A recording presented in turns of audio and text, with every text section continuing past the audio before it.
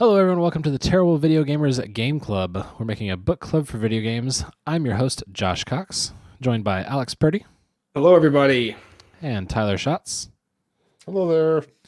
And this session, we're going to discuss Deliver Us the Moon. It was our choice that was randomly selected, picked originally by Alex Purdy. So, Alex, give us a little bit of background on Deliver Us the Moon. Sure, yeah. Deliver Us the Moon is a single-player story type game, all about a future kind of dystopian Earth in which the Earth gets most of its power from some sort of moon facility.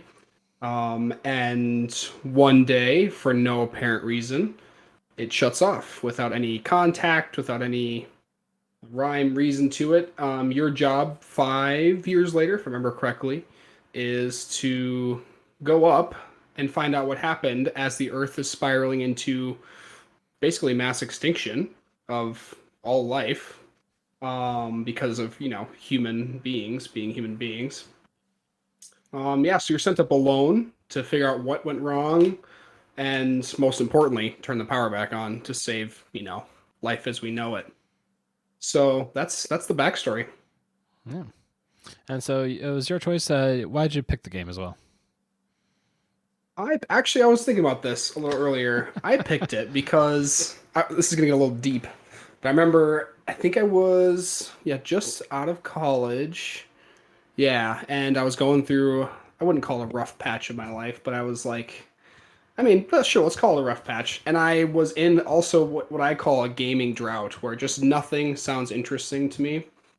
And I would scroll through the Xbox store because I wasn't PC Master Race at that time, and would just be woefully disappointed. End up playing, I think, more Rocket League, raging at my Xbox when I lost, and rinse and repeat every day in this kind of sad gaming life.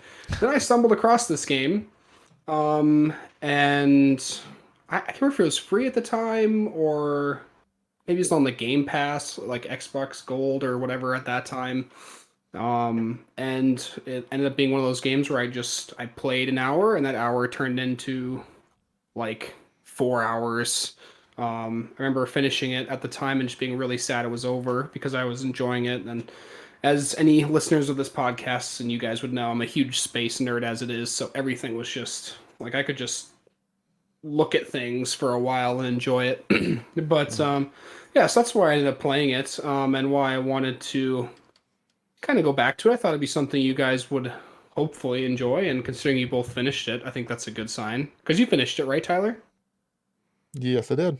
Yeah, I mean it's not a long game, so it's not hard to finish, um, but yeah, so that's kind of my little backstory on why I picked it. Yeah. And so, just out of college, because we were discussing a little bit before the podcast that had a couple different releases, it sounds like. So, was the version that you replayed exactly the same as you originally did? Or was there more that you don't recall originally playing? I think this was the same version. I don't remember anything wildly different. I mean, yeah, I think it was all the same. So, Okay. yeah, maybe if you want to go into detail on that, I mean, I wrote down what you mentioned, but you seem to know a little bit more on kind of how this game came about to be releasing from. It was a Kickstarter game. The campaign started in Best I can find, I believe it's a 2016 Okay. campaign. Let's see if I can go to the main page here. I have it open as well. I guess I don't see an easy thing that shows whenever. Oh, no. Yeah. Estimated delivery of the original campaign was August 2016. And best I can find from looking through these things, I haven't gone to a Wikipedia or anything about that to see the releases. It's just like looking through their back or history stuff. Like they released a version of it in 2018, late 2018, and then they released an expansion level for free in early 2019. And then a publisher picked it up to release it and kind of package it all together. And that's the version that eventually came to consoles, as far as I can tell, in 2019. But, I mean, there are some things, some points I will want to make up about how the design of the game may have changed based on that. But probably best served to bring it up a little bit more later. Yeah.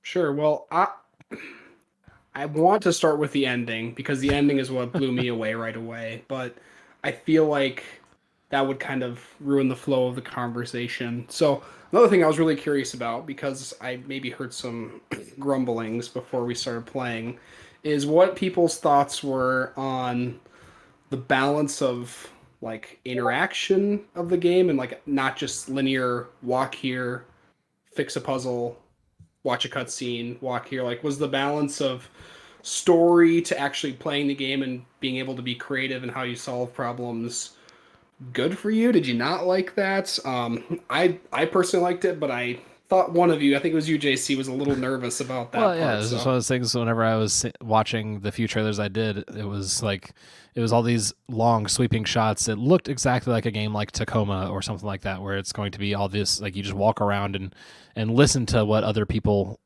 sounded like when they were doing stuff. You don't actually do stuff yourself. You know, it's one of those types of games. But so that's why I was just worried about it potentially being like that. And not even worried is potentially even a strong word. I was of the mindset that it was something like that because I didn't see much of the actual gameplay itself. I still think the gameplay is pretty light comparatively. I don't think there's a lot that you necessarily like.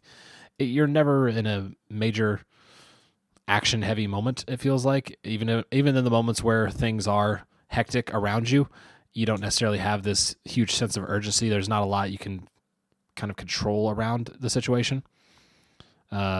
But yeah, there's definitely like there's a lot of different things to do around there, and they gave you little upgrades here and there that kept things changing up. Yeah, Shotzi, I don't know if you found the gameplay particularly compelling. I think the balance was pretty close to almost perfect, kind of for me, of just like the gameplay story elements, whatever. But this was like definitely leaning though on the side of like this is almost kind of like I want to say the word walking simulator, but Yeah, it's not really like that mean of it. But like it seemed yeah, like there was just enough you would kind of get going and doing gameplay wise to lead you to the next story beat. no, no, I agree with that. okay. Well, on that note, I mean, what did you guys think of the story in general? Did you find it a little ridiculous? Did you just dive into it like I did, or did it kind of seem far fetched? I mean, I guess we should maybe preface the rest of our conversation with a spoiler warning, because I feel like Oh, one for of us sure. is going to say something. But I I kind of like the story, but I can see how some people might think it's a little weird that there would be like no communication that hey, we're leaving at all with thousands of people working on Well, this international space station type of thing on the um, moon. But if I understood the story correctly here, the people on the moon came to the realization that even with the power from the moon, it was not sustainable to continue sustaining life on Earth. So they were like, "We're out. We're just basically gonna pack all the energy that we have here and just head out on their. I think they called it the outward bound Yeah, shuttles or whatever, maybe. outward, I think. Yeah, yeah, Yeah, but yep, they basically just said, we, you know, basically just middle finger to the Earth. We're gone. We're taking the power we have, and we're going to try and start somewhere else." yeah. That Yeah. was my understanding of how the story kind of went there. Yeah, it was like so. There's a lunar council that oversaw all of the moon stuff, the moon happenings, and they were the ones that reached this conclusion, and then kind of just told the people one day up on the moon base, like, "Hey, here's what's going on, and you're getting on this shuttle, and that's it." There was some trickery involved and all that stuff, but I mean, you end up learning that as you go. I mean, my experience with the story was a bit more of a roller coaster. I started off thinking it was like the concept that the Earth torches itself because humanity is terrible. I'm on board with that immediately. Yep, sign me up for Yep. that. That's my Yep. views of people as is. But We're our worst enemies. yeah, exactly. But then it was weird that like, oh, we've pulled all our resources into this last ditch shuttle. Also, we're not putting any crew to help you launch the thing. It's just you, one guy. You have to set up the shuttle to be launched and also prime the ignitions. Like you're running around hitting buttons on the computers at mission control 30 seconds before you run up the ladder to then hop in the seat and get launched into space. Like that was the part where it was like, I don't realistically, yeah, yeah. this is a little weird. Like if like because like people are communicating with you on the radio too, like, hey, you got to hit this button on the computer. Like, where are you? Why can't you hit this button on the computer? Like, all right, whatever. Busy. Yeah, they're busy. I got kind of like a the only Fallout game I played is Fallout 4, but I got kind of like that Fallout 4 vibe, basically like when you're leaving the vault, of like when you're walking through the whole facility there before you get towards the shuttle to prime it and take off. It kind of just felt like you're in this big giant facility, and it seemed like people were here at one point in time, but there was no one here other than the Yeah. person in your radio. Yeah, everything felt very deserted. Like, oh, we just happened upon this ready to go rocket ship out in the desert somewhere, and quick hop in. But no, it's supposedly this setup that like people have been working on this thing for years. I don't know. It was just a strange world building moment, but I did like the kind of the aspect of hopping in, and like you had this, like one of the first things you see as you start the game is this piece of paper that has like 13 steps of the launch sequence written out on it and drawn out, and it's like, okay, well, this is interesting. So then you go ahead and like you find more steps, and or not more steps, you find other parts where it repeats those same steps, and it gets to the point where you're like, okay, I should be memorizing this because there's so many signs that this needs to be an important thing. And eventually like you get on there, and I feel like it kind of doesn't deliver as much, but I failed the first time there with my launch sequence. Oh, there. did you? I Okay. didn't quite understand like what I think there was a part that was like, what do you want me to do here? I'm not quite understanding here. And then ended up failing that first part, but I got the second part, the second try there. Fair enough. They really condition you, don't they, to like remember things that you find in the environments that have like, I don't know, a code, or they make it pretty obvious, but I'm a total, oh, that's interesting, let's move on. Versus like with passcodes and stuff, it's like, okay, I need to remember these 4 digits. Sure, it's right around the corner, but or even in the story, they'll give you a lot of little like, here's how this thing is powered. Wink, wink. Right. I'd agree with that to a point, but there was still like definitely the instructions for how to fly the shuttle on the shuttle when you got there. It just I had to sit there, look at the drawing, and go, okay, 1, 2, 3, 4, 5, okay, where is number 6 or something like that? That was my issue. Was just like, where is this on the thing? And I finally, I think, made the correlation of like, oh yeah, this lit up area is what I need to be interacting with. No, I think actually I take that back. I remember what I failed now. It was the sequence where you're supposed to turn some of the buttons on but leave some of them off still. Mm-hmm. I didn't understand, I think, the first time of like which one's supposed to be on and which ones are supposed to be off. So then second time I was like, okay, yeah, this makes more sense now looking at it. No. Well, once you were actually on the station, and there's many different kind of buildings within the whole moon base up there, but was there any point where you just got royally stuck? When I first played through, I was remembering, I think there was 2 levels that really tripped me up. One is towards the beginning, middle-ish part of the game where you're like, there's still 0G, and you're like floating through some electrical coils and stuff to get to like the other side, and I think turn a switch, can't remember now. That one really pissed me off when I was first playing the game, to the point where I had to Google, like, am I missing something? Because I died over and over and over again. I felt so dumb. And then there was another one, I can't remember where it was, but I had no idea I was supposed to use ASE to like go directly above me into a vent or something. But did you guys have any good moments like that this time, or were you all much smarter than me a couple of years ago? I'll go ahead, JC. I had one part. It wasn't that I got stuck, but it was definitely a part where I died and felt like, what the heck? I wrote down a train control sequence out of nowhere. Like at one point, you're just like driving a train, and like you see that a thing is in front of you, and then it's all of a sudden just like hit the A button quick, and it's like, what? I didn't know I was supposed to hit the A button at all. Like from what I've played of this game so far, I've ridden the train multiple times. I have not had to control it at all before. But okay.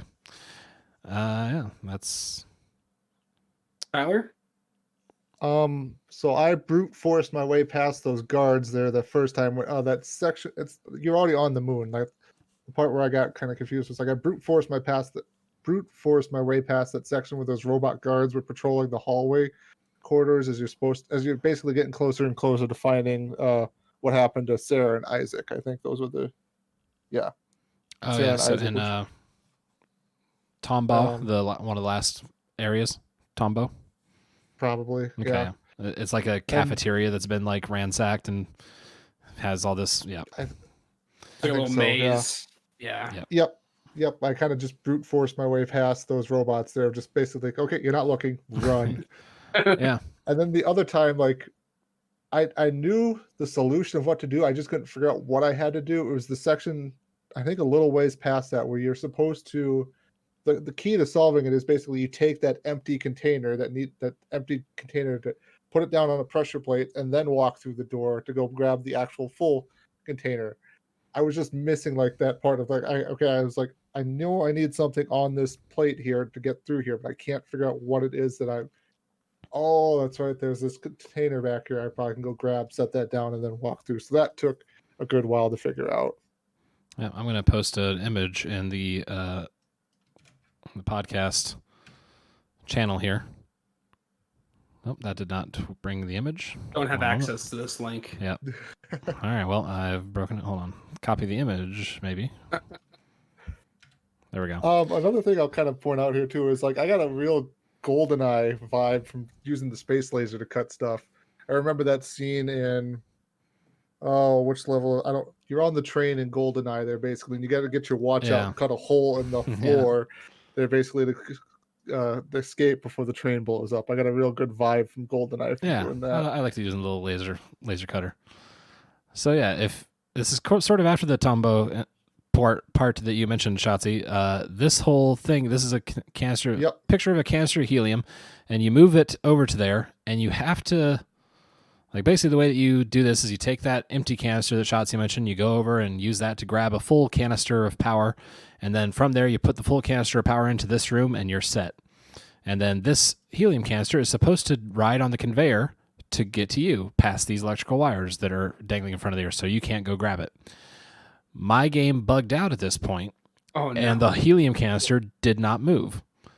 And so I'm just sitting there looking at it like, well, I know what I need to do.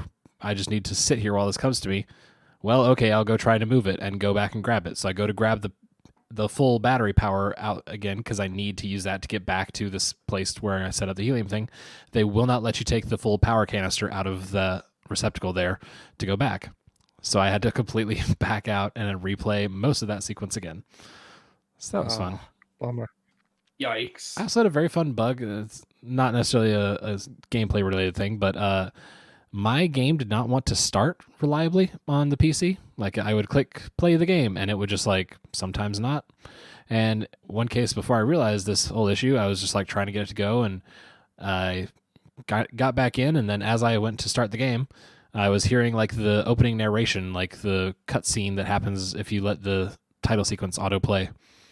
And so I was just going ahead and trying to play the game, and I just heard this, like, the music just sounded weird and off, and it turns out that, like, a second instance of the game opened up behind the one that I was actually playing, and so it was just playing the main title music on loop forever while I was also playing the game behind it. So I have no idea what the actual music is supposed to sound like in the first half of the game, probably.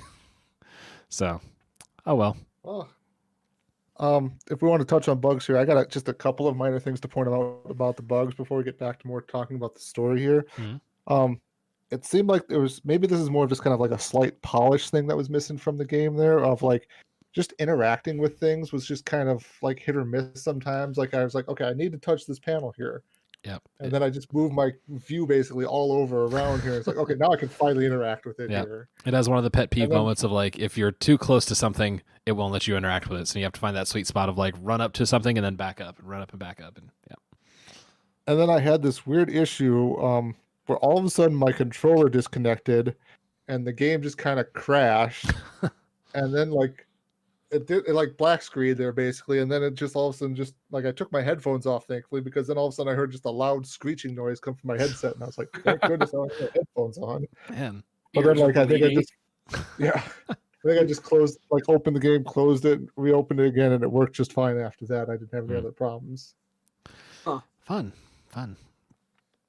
Well, let's jump to the ending. What did you guys think of that? Did you like it? Did you hate it at first like me and then kind of slowly come to be okay with it?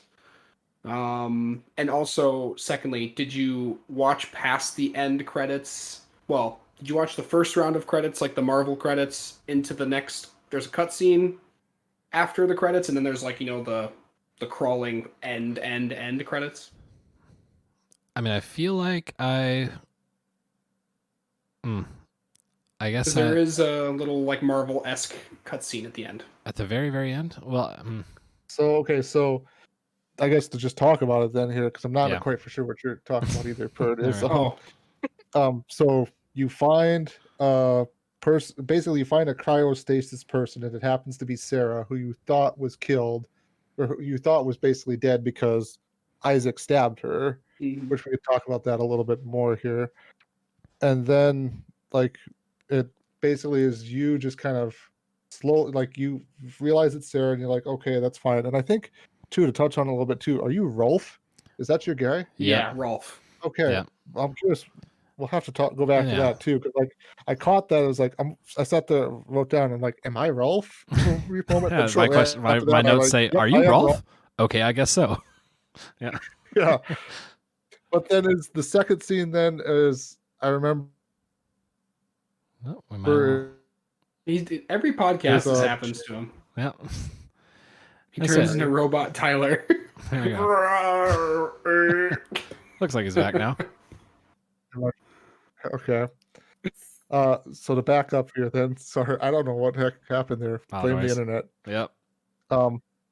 So the second part is you somebody has arrived on the station and then finds your dead body basically sitting next to this cryo frozen Sarah.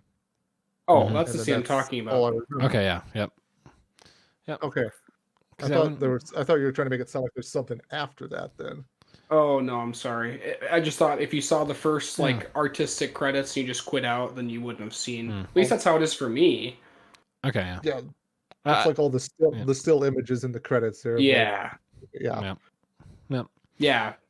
Because I mean, to go back a little bit, then like, so the whole time you would go up onto the moon as just like nameless dude. Everyone calls you Fortuna because that's the mission.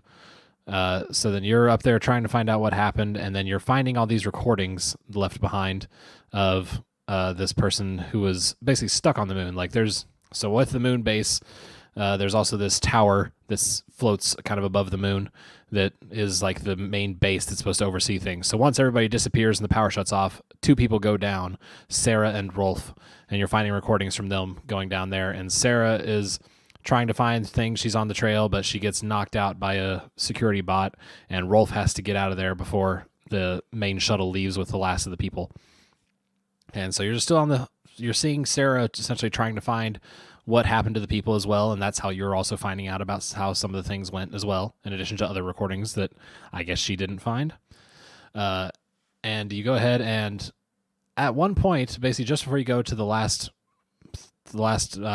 section, that Tomba area, which is where the main reactor is that fuels all the energy, you see Sarah find out that everybody left on shuttles, which to me I had kind of figured out about like 2 hours ago.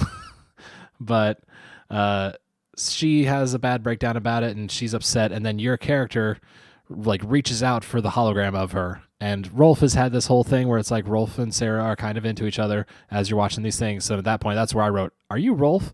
And then at some point, the character, like, you have your one spoken line of dialogue or something where it's like, "I'm coming for you, Sarah," and it's like, "Oh, okay, so you're Rolf. Got it." And I must have missed that or whatever. I thought that Really? came through the dialogue of talking to whoever was on Earth. Like, oh yeah, no. and maybe you guys could piece this together for me, because like the story is really built too around you finding stuff on the different areas you go. So if Yeah. you miss something, you kind of just miss part of the story. Probably, yeah. So is it like explaining how Rolf gets basically back to Earth to then go back up to the moon? So whenever Sarah they basically get to the point where you find the first security droid that's like, you have these helpful droids around the area that help you do things, and some of them are dark and have a red eye instead of light with a blue eye, so they're bad. So they find one of those, and Sarah gets hit by it essentially, and the door is locked behind him, and so then she can't get out, and the team from up above is like, "All right, you have to come up right now or else you're getting left behind forever." And so Rolf just has to go at that point, and Sarah can't leave, and so he just leaves her back there. And supposedly it's the guilt and all the extra feelings that bring him back 5 years later. Are you saying the team says he has to go? Is that the team that has to go back to Earth then? So yeah, it's the main. There's the let's call them moon people and the over moon people, the people that are hanging out in that facility that you first land on. The space station people. Yeah, space station people. The space station people are basically looking over the thing. They don't get to go on the fancy outward shuttle. It was just the moon people that go there. And so then they send Rolf and Sarah down to investigate what happened first, right after the thing shuts down. And that's whenever you're getting all these recordings and stuff. And so it's like 2-3 hours after the power shuts off is whenever they just have to evacuate, because they know that if there's no power, they have to get back to Earth, or else they're not going to, because they won't have the power. And so then they evacuate and have this whole timer that's counting down in the logs. It's like, all right, you guys have an hour left. You guys have 40 minutes left. And so eventually it gets to the point where it's like Rolf either has to leave or is also stuck behind with Sarah. And to reach to the conclusion point of it, at that, right before you go to Tombaugh is whenever you find out that you are Rolf. You really kind of came up here just to get Sarah. And you've also found at this point that like the moon people have left. They've set it up to where there's no way for the Earth to get power back at this point. You've also seen some of the effects that like Earth is going to be stuck in its current state anyway, no matter what the moon does. If it does get power back, they're not going to survive in a long enough timeline to really matter. And so like you take off towards the facility where Sarah last went to, and it pans up from this shot and it faces the Earth as it's just sitting there like becoming more and more desert. And it fades to black. And I was thinking like, wow, that's a impressive little ending. Like they actually had the balls to be like, hey, you thought this was a mission to save humanity? No, this is also a selfish part of humanity. He did not come up here because he wants people to be okay. He came up here because of his own self-interests and his own guilt. And that's it. Good luck. And I was like, what an ending. Wow. And then about 5 seconds later, it faded back in and you're like off to go get Sarah. And you end up basically fixing the moonbeam and everybody's fine. Yay. It just felt like it cut its own legs out a little bit with the ending, honestly. I was ready for it to be a downer ending, and I was all for that. But I'm not sure if y'all took away the same sort of feeling at that point or not. No. You went deeper than me with your thoughts on like humanity's selfishness. I'm not gonna lie. Yeah, that's a lot deeper than I went with. I was like, I didn't even like I said, I was like, I didn't fully I understood Sarah and Ralph were kind of a thing or whatever, but I kind of thought like the mission was bigger than the person there in that instance, I guess. Yeah. JC, ever the optimist. Humankind. I guess, yeah. But I mean, there's hope for the future in, well, first of all, the arcs that were sent, you would hope, and the people that abandoned. Well, so there's also collectibles in the too. game. I ended up 100%ing the game in terms of collectibles. And with those collectibles, as you unlock more of them, then you unlock two things. One of them is it's a recording from Sarah's robot, who is there as Sarah dies, from one of the main Lunar Council members who also is stuck on the moon base.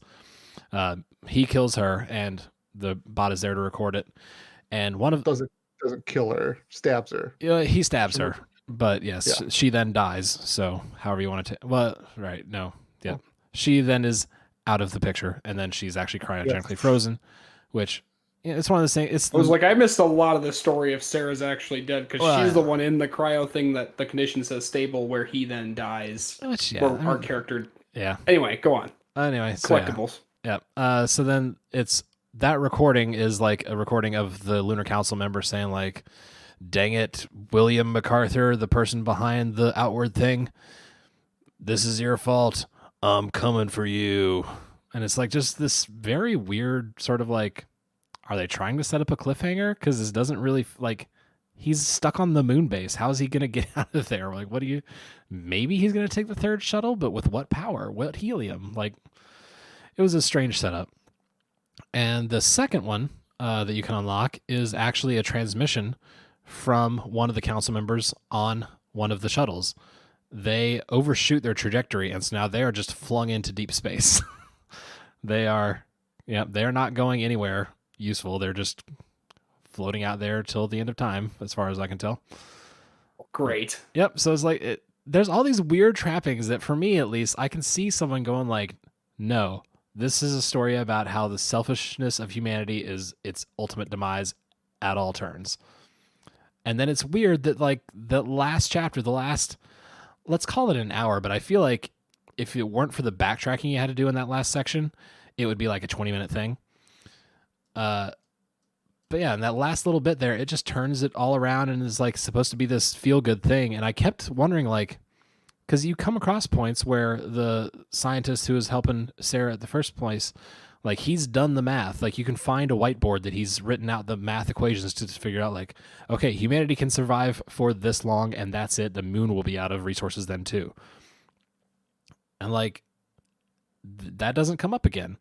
Like, they turn the moon power on, and you plug one thing of helium into the moonbeam, and then it's like, oh, you fixed the world. Good job. It's like the world is set up to not do well for a while, but it was strange. Go ahead, Tyler. I was to say, do you suppose though the one thing of helium that he provided back to Earth was just enough to basically get everybody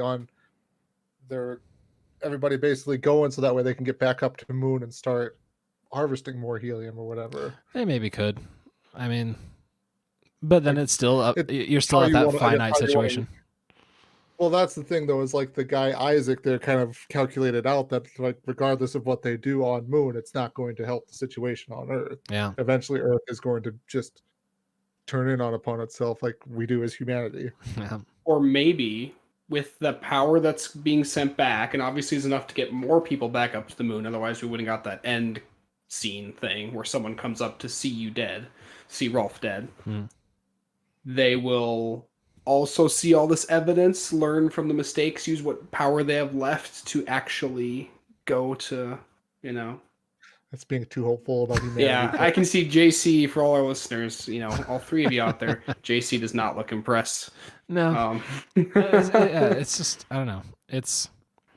They had 5 years of the most dire situation to get their act together, and they hadn't.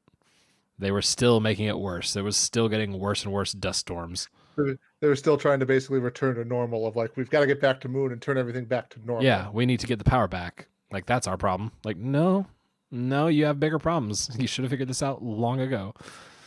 But.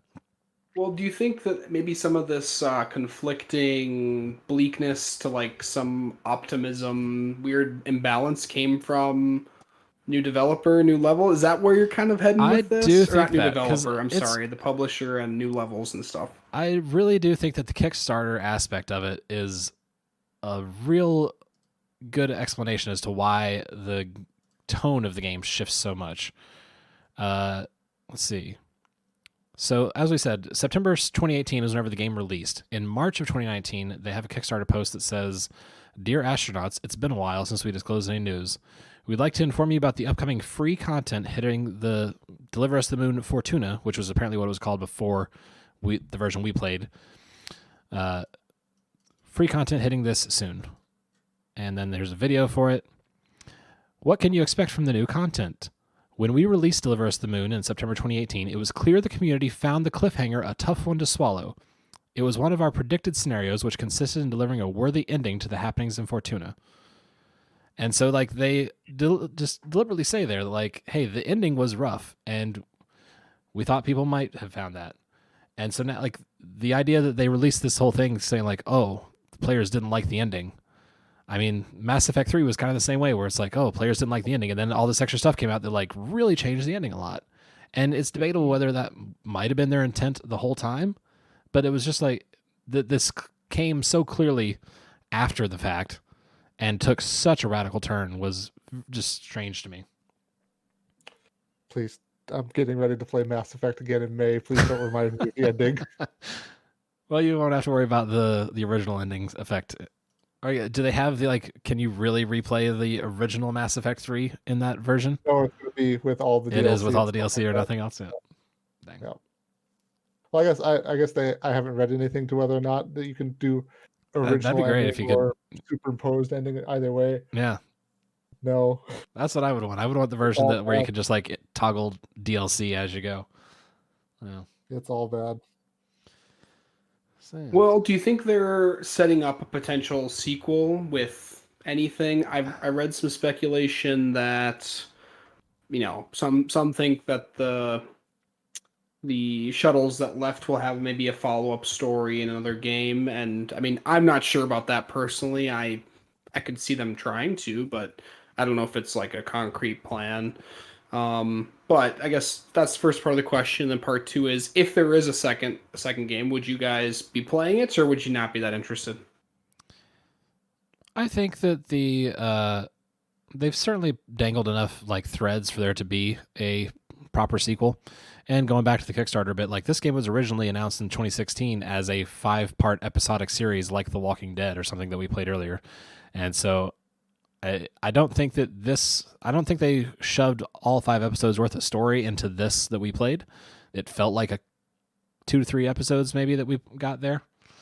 But yeah, I'd be curious to see what more they would do with it. I'd check a trailer out if it looked like a walking simulator, maybe hit it up later. But no, they've piqued my interest, and especially I'd be curious to see like if they had the funds and all that stuff to really do whatever they really wanted and not be beholden to a bunch of Kickstarter folks. What sort of tone they would take with it? Like, would it be something that's upbeat, or would it be this pessimistic game that I originally thought it was? So. As far as I would be concerned, it's like I would play it, but I don't think I would seek it out for purchase like this one here. Like this one was free on Game Pass, a perfect game to kind of digest through Game Pass. Yep. Yeah, without it being on Game Pass, I would have had some regrets. So, JC, you've read up a little bit more on the Kickstarter than I have. I kind of just skimmed through the pages and stuff like that when you sent that over. Did they meet their goal they set out, or? Yeah. Roughly go ahead and guess what you would expect this video game to cost. From what I mean, you know enough of how much? 200,000. Okay, yep, they got 103,000. So like, it's a small Which little met game. their goal. It met their goal. Yep, they projected 100,000, but like from what I know of video games, that's dirt cheap to be a video game, especially one that took 3 years longer than expected to release.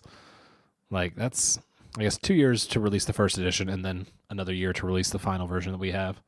Well, I think they already had a lot of the game developed and invested in, from what their Kickstarter said. This wasn't like hey, we'd like $100,000 Shark Tank proposal. Because I remember I think the first, or maybe it was in the challenges and risks section, it said something like, we're already heavily invested in this game. We've already done so much, et cetera, et cetera. Yeah. But still, I mean, from everything I had first heard, it was essentially that first section where you start the shuttle, and I think that was kind of the first big public thing that people saw about this, and so people kind of backed it based on that little section there. I guess they do say we are only able to finalize the stream with outside support, so it's not like they were close and they just needed a little bit to get over the hump. I think they probably did need a fair amount. Oh yeah, it looks like they had a development budget of, looks like they themselves invested $131,000. So they need another $100,000. So still, 231 is not a lot of money for a really high-end game. Yeah. I was just kind of curious though here too, of like if it was something that was just kind of like a expectation versus reality, or something like they overpromised and then just kind of under-delivered with everything. Because like what we played, it kind of felt enough like a complete-ish game, but I mean, like I said, there was just like I pointed out, just a couple of bugs and stuff like that too. But it seemed like a complete-ish story from start to finish. It's just, I guess I don't know like what more they could have done other than padding it out to make stuff longer, which doesn't make it a better game. No, and I think it already had some pacing issues to get really nitpicky about stuff like that last area. As I was going through to get 100% of the collectibles, like I had to go back into missions where I had missed a couple things, and it's like that last area, like it was like 4 rooms in was the thing that I needed, and it took me 40 minutes to just like, because you have to go through that maze of robots, and then you have to go like turn on this thing, and you backtrack half through the level and grab this other thing, and you go back half through the level, and it's just like all this backtracking that you're doing to finish that out. And it's also, to me, one of the things like, it was probably one of the last levels, and they're like, oh, you need to make this a 4-hour game. Here's your chance with the last level. There you go. So yeah, it stood out to me that like there were pacing issues like that, where it's just like sometimes it felt like things were going way too long, and sometimes it was just like, hey, here's a really cool moment. Got to go to the next thing now. That's all. Like, it's just strange. Okay. Yeah. I guess I can agree with your points you laid out there. As for over-promising, under-delivering, first of all, Kickstarter is the king of that. So yes, yeah, is maybe my first answer. But I mean, for example, they talk about VR support. They talk about open world, which it's not an open world. I mean, it's got a linear path type of thing. They talk about multiple endings that you decide through your actions. Yeah, it's the more I read the Kickstarter, the more I think JC's right that the initial experience is not what we got.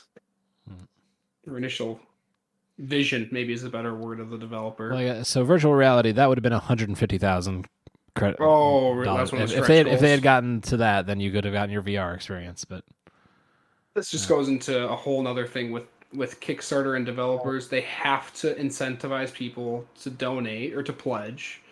So they have to offer so much that just, I mean, this isn't just gaming developers. This is everything I see on Kickstarter, and I've backed many a Kickstarter. I've lost many a dollar on Kickstarter. Most, side note, most expensive being the soap hockey project. I don't know if you guys ever heard of soap hockey. It's a pretty common thing where you get like a giant tarp, you lather it with soap or some other kind of viscous type of liquid, and you play hockey on it, and it kind of simulates slippery conditions. There's a lot of checking and fun and whatever. But anyway, my fraternity all pitched in for it. I paid for it, of course, and they were going to donate to me as soon as we got the money or got the product. I pledged in 2017, and their last update was 2017. They have not, and they made their goal and everything. But anyway, yeah. So I just say let's not dig too far into the Kickstarter rabbit hole. Yeah, no kidding. Still waiting for my secret bracelet with the one where you can have a bracelet that shows your phone on your arm. You got what was that one called? The secret I backed bracelet one like that too. No, I didn't actually back it. I've watched oh my god, one of my favorite YouTubers, Captain Disillusion, has a fantastic breakdown of how actually terrible that promise is. So was it the Moment smartwatch? I have no idea. No. Okay. Anyway, tell us about your other terrible Kickstarter. What is this? Oh man, that's that one. It's called the Moment smartwatch. Another second year of college dumb purchase. It was a wraparound giant touchscreen thing that you could. Yeah, not one of my finer moments. That was let's see, $188 I threw away. The soap hockey project was, I think, 200 something. Yeah, it just has not been. Back to lucid dreaming headset called the Naroon. That was 143. I probably, in general, realistically, $500+ I've just thrown away to Kickstarter because, I mean, that's the gamble you take. But I'm an idiot, and I used to take that gamble. Now I just look and I make notes on companies where I'm like, yeah, if this comes out, I will just buy the full price product. There you go. Once there's reviews on it, because I'm not an idiot anymore. Well, I'm not as much of an idiot. Different kind of idiot. Anyway, I feel like I had one more question that I wanted to ask you guys. What was it? Just while you're thinking of that, anybody have any big thoughts about the music of the game at all? Like I said, my first half of the music experience was diluted by the fact that the main menu title was playing behind it the whole time. But I like the music. I kind of wrote down too, like that music that starts playing when you're getting ready to launch the rocket. Did you miss this part, JC? Or like I heard music that was happening as well, but there was just always this lone piano going behind it. really tied the themes together, motifs galore. I wrote down like the music that played when you're like getting ready to launch the rocket was real good and kind of got you pumped up that you're gonna launch. I also wrote down too, like for the lack of music there, like when you're driving around on the moon's surface there's like no sound pretty much, but I thought like this is just really cool to have that kind of go on. Yeah, And then I think throughout like the music was pretty good. Sorry. No, you're fine. I tried to fill your silence when you were just, collecting your thoughts like a normal human being. Staring at my notepad here. Yeah, I agree. The music was very good. I don't know if it was like Outer Wilds-esque for me, where I wanted to go back and listen to the soundtrack, but it was good. I think it captured the feel maybe of the game pretty well. I would agree with that. That it captures the feel. It's going back and listening to it on Spotify.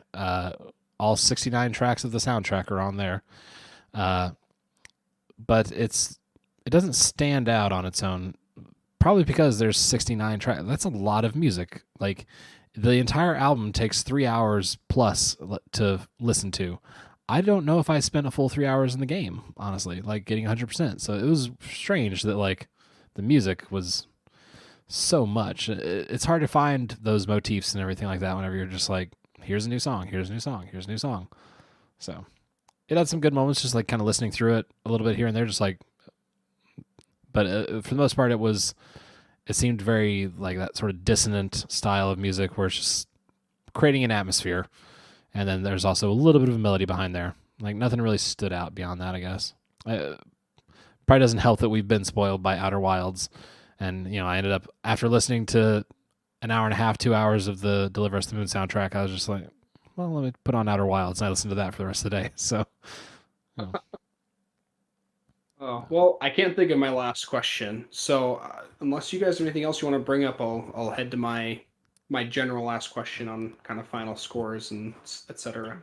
Sure, I'll go through just a couple of the notes I wrote down that I just didn't talk about. There was a nice, like I thought it was a nice view they kind of gave you when you left Earth on the rocket ship there, to just kind of turn and look at the Earth as you're leaving. I thought that was just kind of a nicely done shot that they gave you. Like the title card just basically comes out as you approach the moon there. It's like, deliver us the moon, title card. And then so I've realized here that like the game doesn't have achievements, so I was kind of bummed out about that, because I read online there's when you're driving around the surface, I think it's the first time you get access to it before you get back into the monorails, you can drive around and find the monolith that's apparently in 2001's A Space Odyssey, and then you can also find I don't know, is it the lander and the rover from one of the moon landings? Yeah, it's set up against a green screen. Yep. Yeah. Oh, so now they I filmed that the moon landing there. on the moon. I didn't know about that one. Yeah, I thought it was just like a green tarp, but now it kind of adds a little extra funny thing. It's there. where they filmed it, but it's on the moon. So, yeah, that's funny. Layers. I had a little chuckle there. There was a part when you're walking up the broken tower there, you're walking across the ladder. It looked like your guy strikes up the T-pose. Famous.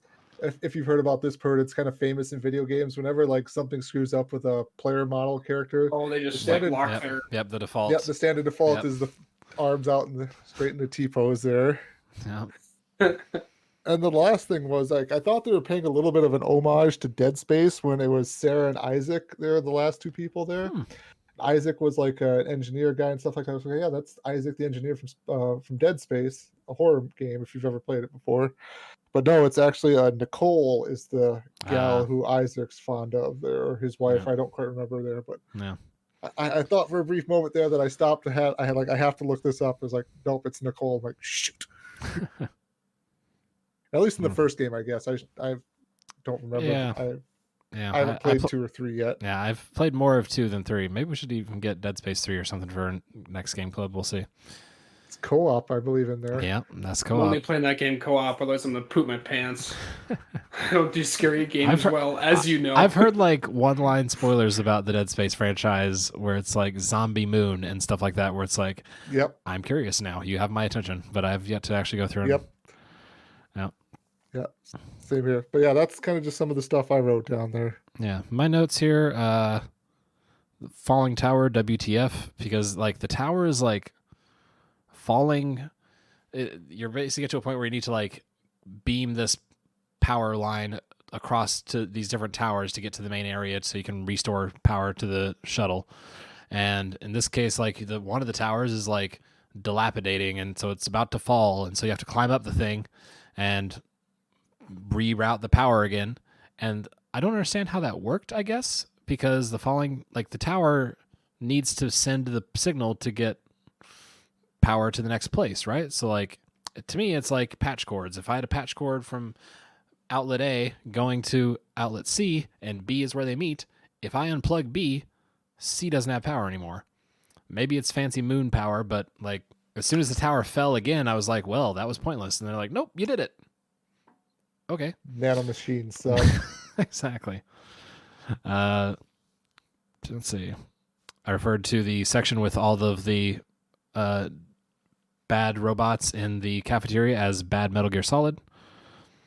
I referred to I don't Sarah. get that reference, but it's funny. Yeah, just like the sneaking around and just like hiding up against a pillar, just waiting for the thing to pass by so you can run past it quick. And just going to my notes here on the ending. I wrote that Sarah got Julieted, where the guy thought that he had a chance to save her. Nope, now the guy's dead. You thought that she was dead, but now he's dead. So good job, her. The robot just watches you die the whole time. I referred to it as Legends of the Fall of the video game, which was a movie that it's got Brad Pitt and some other folks in it. And yeah, I've seen it. But so my dad one time was like, you got to watch Legends of the Fall. It's such a good movie. Such a good movie. So then I go ahead and watch it with him, and it's just like, it's just terrible things happening to good people for an hour and a half, 2 hours. And it's just like, nothing is pleasant about this movie. People just die and get horrible things happening to them nonstop. And at the end, like, not the worst thing happens, but it's still a pretty bad thing. But it's like, oh, there's your uplifting ending. It's like, I don't follow that. But I don't remember any of that. I remember actually liking the movie enough. Yeah, I mean, to give it 5 stars back when I was still watching movies and stuff like that. As much as I was. Feel free to give it a rewatch with that in mind. Maybe that's again the pessimism side of me taking over, but I just remember like eventually like halfway through, I'm just like recoiling in horror. I'm like, does anything good happen in this movie, Dad? Like, what is happening? Why did you just have to launch? We'll just have to launch our movie podcast and start debating. There we go. Movie club. Terrible movie watchers club. No. We're not going to watch terrible movies. I've seen the terrible movies you give me to watch. I need to get a VHS player to really get into the good stuff. Oh, and the ending. Also, I have a note here that it's one of the Lunar Council guys that's helping Sarah at the end. He's got a daughter a young daughter who he brings up to the moon, and she's not doing well with that at a young age, so she's getting sick. And they refer to this as some sort of other thing that happens to younger people frequently on the moon. Like the lack of gravity messes with their bodies, and they start having all sorts of weird issues. And so his youngest daughter, Kathy, gets cryo-frozen, and that's why he sticks around on the moon, because like all the cryo-frozen people go on to the third shuttle, because that's the one that doesn't have enough fuel to launch. So the other council people decide only the healthy people get to go on shuttles 1 and 2, because people are selfish. And so then his other daughter, Claire, has stayed on Earth this whole time, and she refuses to go up to space, even though she, like, you can find snippets of her winning an award for some competition because she's so smart. And one of the award is to come up to space and be on the moon base for a tour, and she says no. But the thing at the end, where the person who comes to find you and Sarah there is Claire. It's Claire that radios back to the base saying, hey, we found him. I'm like, oh, good job, Claire. It's like, okay, so she made it back to space. She made it to space. And I wrote down, Claire goes to space. So? Because like the whole thing was that she like refused to go to space and all this stuff because it's so bad, but she made it to space. And it's like, there's no payoff for that, I feel like. It was just strange. So, anyway, there's my notes. Well, I guess it's time then. Score out of 10. Would you play again is kind of an odd question for this game, because once you've experienced it, you want to wait a while before you play it again, if you do. But I mean, yeah, let's just start with maybe general out of 10. What would you give it? Did you enjoy it? Just final thoughts. JC, you go first. Out of 10. Yeah, you gotta rate stuff out of 10, huh? Yeah. Well, I'm a just 5-star side guy. story. Yeah. Side story for coaching hockey, I have to rate my players out of 5. 0. Wait, oh sorry. Technically out of 4. It's 1 through 5. So not. Wait, no, that would be 5. 1, 2, 3, 4. Yeah, that's 5. Okay, I'm an idiot. But 1 isn't like terrible. 1 is like below expectations. 2 is meets expectations. 3 is exceeds expectations. Oh no, it is out of 4. It's out of 4. My apologies. And then 4 is like greatly exceeds. It's so confusing because then I'll give my players their evaluations. And they're like, "You gave me 2s on so much." I'm like, "You got to read the key. 2 is actually not that bad," which it's terrible. So that's why I refuse to do out of 5 or anything below 10 because, and you can do halvesies, but no quarters. I'd say like effort 6 to 7 out of 10. Like personal enjoyment of it, probably closer to 5. Like I was just the reason I dove into the Kickstarter so much is because I was so confused about like how I should be feeling. Like, is this a downer ending or is it not? Like, is Earth doomed? Are they saved? Why are they saved? I don't know why they're saved. Like from what the information I've gotten from the game, they should be like upset still. But instead they're just happy, like, hey, we got power, hooray.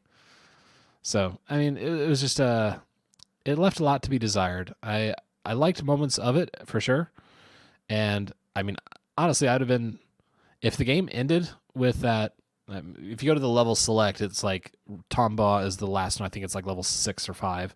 So if it had ended right before that, where it has that downer moment where it's like, oh, everybody's selfish and everything sucks, like at least that's a more complete story to me. So I feel like that would have been a higher rating on that for me. That would have been a 7 to 8 game probably for me. Even like there are technical weird issues aside where it just like plays a little clunky, like trying to interact with stuff. Like even that aside, yeah, I think that story being cohesive enough to me was enough to propel it forward. Fair enough. Tyler? I would probably land roughly on about a 7 here for myself. It was overall a fine experience for me, but it's not, like I said, this is definitely not like a game I would ever seek out unless it was on something like Game Pass for this. And I mean, there was somewhat of, like I mentioned at the beginning, like that good balance between gameplay, story, and everything like that, but it just, I don't know, wasn't anything to wow me, I guess. Wow, both my games so far in this cycle have just been. Well, one was a victim of pure circumstance. We loved that game, but it did not love us. I've checked further in on Forza Horizon 4, and the Twitter account for it has said like, we fixed the server issues. Then you go to the comments and everybody says, no, you haven't. It's terrible. So I'm not ready to jump back into it yet, but it's still installed. So, well, I guess to give my number, I was gonna give it a solid. See, maybe I should go first because you guys influenced me with your numbers. But I was gonna say 8 because it's obviously not a perfect game. You know, this isn't some crazy, amazing, life-changing experience. Yeah, it's not Outer Wilds. But I'm also a huge like space nerd and stuff, so that also affects my. I'm biased in that way, where I don't care as much about the loopholes that you do, JC, as an example.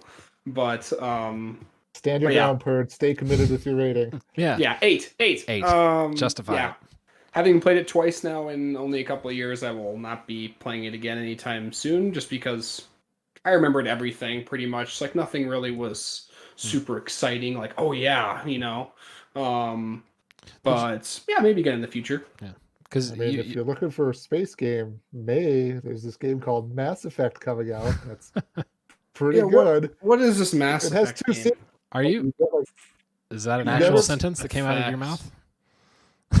I've heard of it, but I like. Oh, I don't know if it's a first-person shooter or. Man, yeah, no. I think you just broke JC and I here. You need to buy it. It's the best space game. The best space game. Is that real? Is that your honest? If Mass Effect 1, well, I'm really struggling to think of a better one. Yeah, I mean, you get to like fly spaceships and interact with systems and.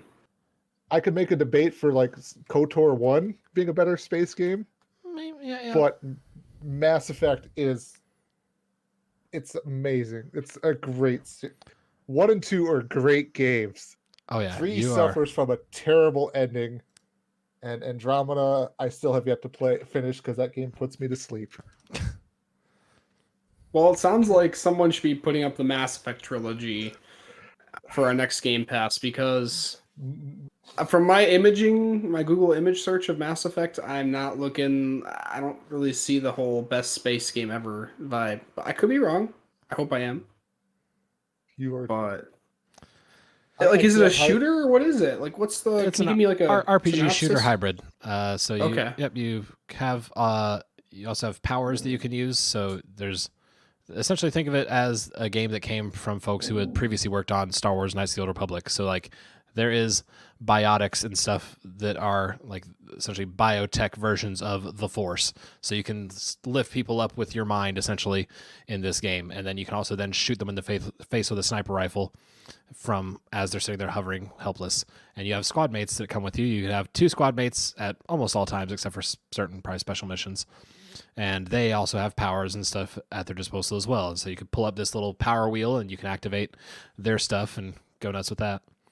So Well, I mean, Knights of the Old Republic thing that's a good enough endorsement that I would consider checking it out. it's literally the same team that went on to that, BioWare, who used to make really Okay. good games, and lately I don't know, but yes, the Mass Effect 1 and 2 are very top tier games in my opinion. They are a little bit longer games. They do have that RPG style, but it's one of those things that's choose your own adventure style thing. It's making yourself out to be. It's not necessarily like KOTOR was definitely like, do you want to be a good guy or an evil guy? Whereas this is much more like good cop or bad cop. Either way, you're a cop, you're going to get the job done, but it's just what sort of attitude you want to have while doing it, what means you're going to do to justify those ends. So, yeah, really cool setup. It has some fantastic, especially Mass Effect 2, whenever the conversation options get a little more expanded, you get some really great moments. Yeah, some of those. Did you touch on the characters with him and stuff like that? Sorry, I had to take my dog out real quickly. Not directly even, but yeah, characters are also fantastic. Characters you interact with are fantastic. The world building it does, just learning about all of the different species within the world is just great.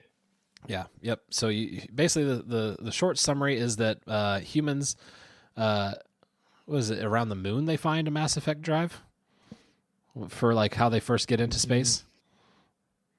No, I think it's at the outer reaches of the galaxy, I believe. Yeah, that's it. Okay. So the humans basically find this old technology that is far advanced beyond anything they ever did, and it can basically warp them around. And then they stumble into another race of aliens and get into a battle with them. And even though they're completely outgunned, they still are scrappy enough that they can hold their own, and they basically force themselves into the Galactic Council, and like that's how they come to understand that there's a larger universe out there with all sorts of other life.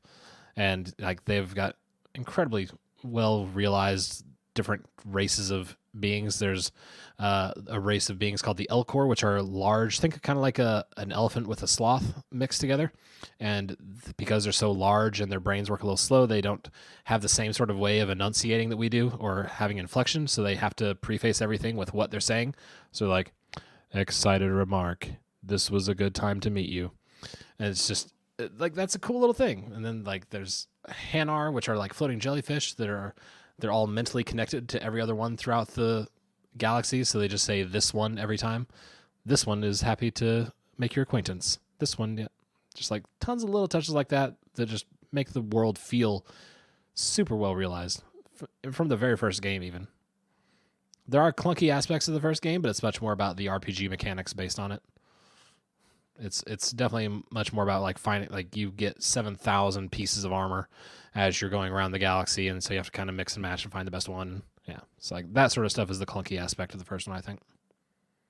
I think that clunky aspect was more just kind of like the handling was just a little bit weird. We're going to compare it like to the second and third games, which they more refined it into more of the shooter action-y stuff with a lot of the RPG elements remaining. Yep. But like, I don't think I could not speak highly of that first game, and especially this and the second game too. Both of those are just great playing games. Mm-hmm. I shouldn't say great playing games. Great games to play. Mm-hmm.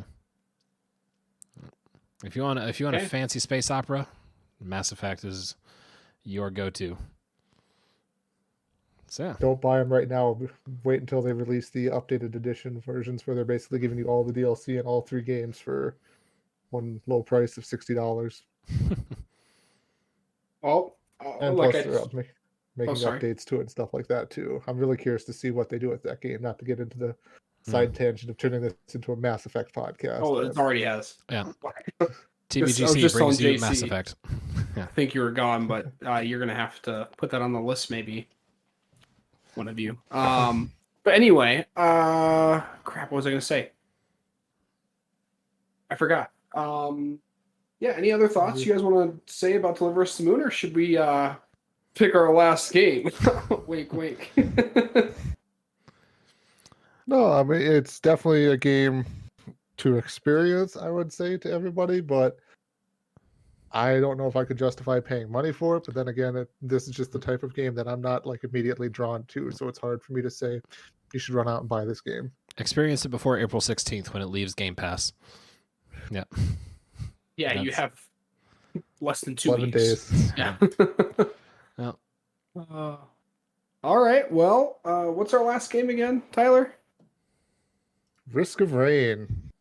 We don't even have to do the spin this time for it. no, we can if you want, but Have we even done a synopsis of Risk of Rain since the very first episode where we all kind of gave our picks? The lost episode, yeah. No, I don't think we have. Oh, yeah. Do you want me to kind of give you a heads up again on what this game is? Sure. Okay. So Risk of Rain is basically, I think they call it rogue light game. It's you have a character that spawns in this world from a crash. Like the story is this ship crashes on this planet, and you're trying to basically make your way back to the ship to take off again. And you're this character who spawns, and it's basically you start on a procedurally generated level, and you have to defeat monsters that are trying to kill you. Defeating monsters gets you coins, which you can then buy upgrades or these items that are kind of scattered sometimes in chests or around the world to purchase them, basically making your character stronger, faster, so on, less resistant to taking damage. And the goal is basically to jump through enough of these teleporters that take you to different levels throughout the planet there to eventually make it back to the ship to take off. Okay. And it's like a side basically- scroller, right? Yep, 2D side scroller. Basically, a thing to note too is when you die, you basically start your progress all over again. Like from the very beginning of the game. Yes. Oh boy. At least Risk of Rain 2 I've played more of than Risk of Rain 1, so like you can, as you play certain things, like you unlock certain aspects of it, and then that'll give you like a power up to this guy, and he starts with whatever else. Is that still the case of Risk of Rain 1? Like you can end up getting to the point where you have upgrades that you start the mission with, or no? Nope. You start every new game you start basically with no weapons or weapons. You have powers Okay. or ability. I call them abilities. Basically, you can use. So you have abilities every time you start a new run. And that's just based on the character, right? Yes. Okay. Awesome. And then we're playing the original one, right? Not Yep. two. Risk of Okay. Risk of Rain 1. It's the one on Steam for $10. Probably, yeah. Okay. Sounds about right. I'll be curious to see what we do with this. One has a multiplayer component to it, but I've never had anyone to really try doing a online multiplayer thing.